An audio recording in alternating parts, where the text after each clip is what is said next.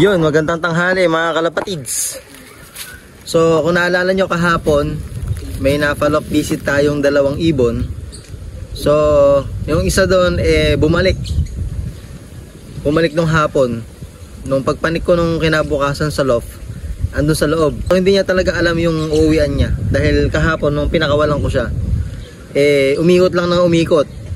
So ang bilis niya makatanda, ang galing ng homing, nakabalik agad dun sa loft ko, nakapasok pa.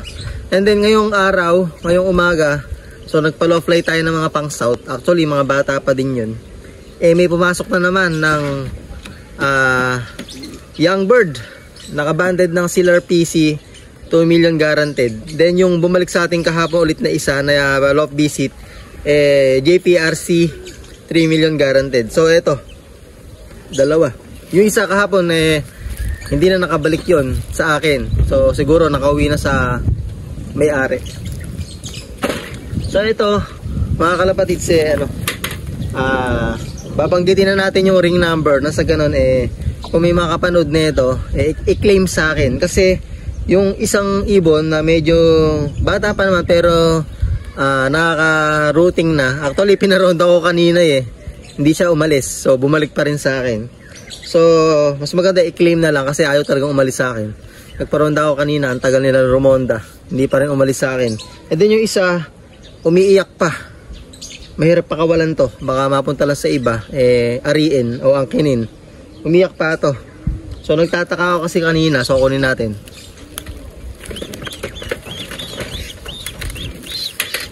Eto yung umiyak pa mga kalapatids. Nagtataka ako kanina, bakit sobra yung bird ko. So chinek ko yung ring number, mga ring band, sobra nga. So hindi ka series ng mga mga nabili kong ring band ng Sealer PC ng pang south. Hindi siya series. And then nakakapagtaka dito, meron siyang inner ring. May inner ring siya mga kalapatids, pero hindi naman to required na lagyan ng inner ring. Ang meron lang inner ring sa amin is yung MacArthur, pero itong pang south wala. Sa Sealer PC pero sa JPRC yung ring band nila na bilog may inner ring.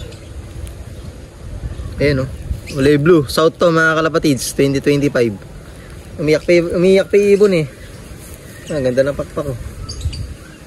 Saka malinis yung ibon, talagang hinalagaan. Ayan So banggitin ko mga kalapatids yung ring number niya, Sealer PC 2025 South 09944 09944 Sealer PC ng South na kulay blue. Ayan mga kalapatids. So, i-claim nyo na lang. Namumroblema pa ako dito. Mahirap naman pakawalan. Baka sa iba naman napunta. I-claim nyo dito sa akin. O meet up tayo, message nyo ako. Kasi sayang kung hindi nyo may lalaro to. Mahirap ilaro yung ganito. Halimbawa mga kalapatids, meron kayong napaloft visit, naka-ring band, tapos ilalaro nyo. Mahirap ilaro yun mga kalapatids. Paano ako manalo yun? Tapos na-trace ng may-ari, tapos nireklamo ka sa club, pinaban yung ibon, di problema pa. Mas maganda isoli mo na lang. Di mo naman pwedeng gawing breeder dahil di mo naman alam yung linyada. Pwede gawin mo sitter kung ayaw mong gawing panlaro. Ayan So kung natin isa,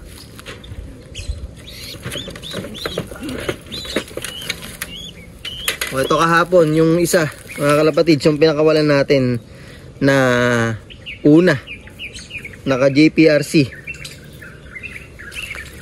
Ayan So bumalik nga ulit doon sa loft. Nagulat ako, andun siya. Ayan, yun yung may puti sa mukha.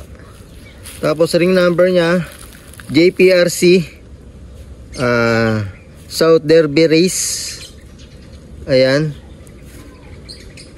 3 million challenge.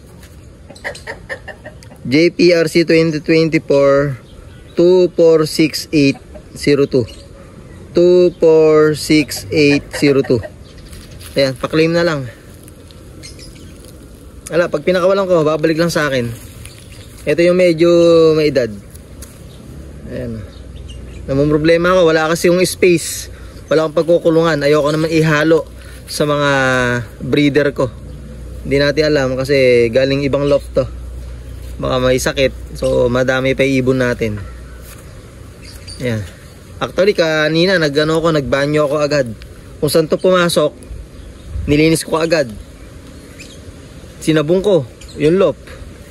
Mahirap na baka madali yung mga ibon natin. Lalo na nagpanik ako ng 4 na young bird na pang south. So baka madali, mga young bird pa naman yun. Ayan, pakiklaim mga kalapatids. JVRC tsaka Silver PC. Yung kahapon yung isa Silver PC din, norte. Ito naman south tsaka yun south din, JVRC Silver PC. So pakiklaim mga kalapatids. Ayan, kaya pa makawala. So ayun mga kalapatids, papakawalan na natin dito yung dalawang loft visit natin. So problema ko pa to, wala kasi kung pagkukulungan. And then isa pa, ayaw nang umalis nung ibon, yung isa, yung naka JPRC, tsaka yung isa naman is bata pa, umiyak pa. Kumbaga kung papakawalan ko baka hindi rin makauwi sa may-ari. Ayan nagwawala.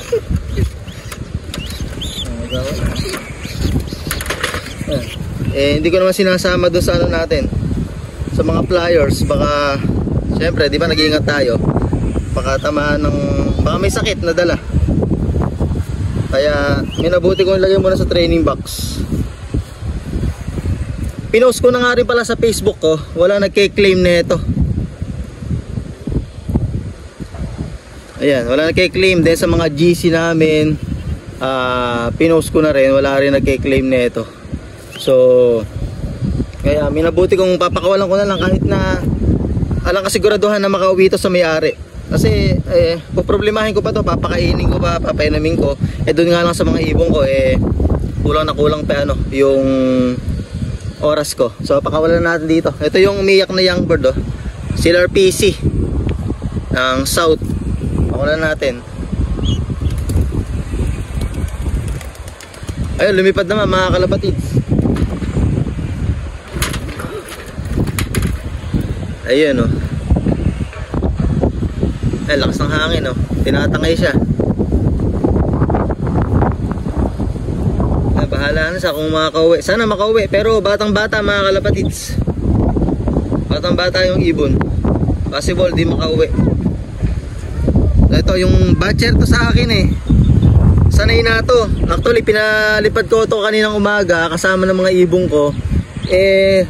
Rumonda sila na matagal. So papakawalan ko pa rin mga kalapatids.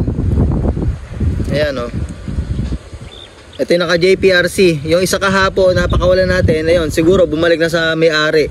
Ito bumalik to kahapon. Pag panik ko sa kulungan, andun na siya. Pakawalan natin. Ayan wala nagke-claim pinost ko na sa Facebook tsaka sa GC namin. Wala nagke-claim. Nilagay ko na yung ring number. Pakawalan ko na. Ayun, pinakawalan natin.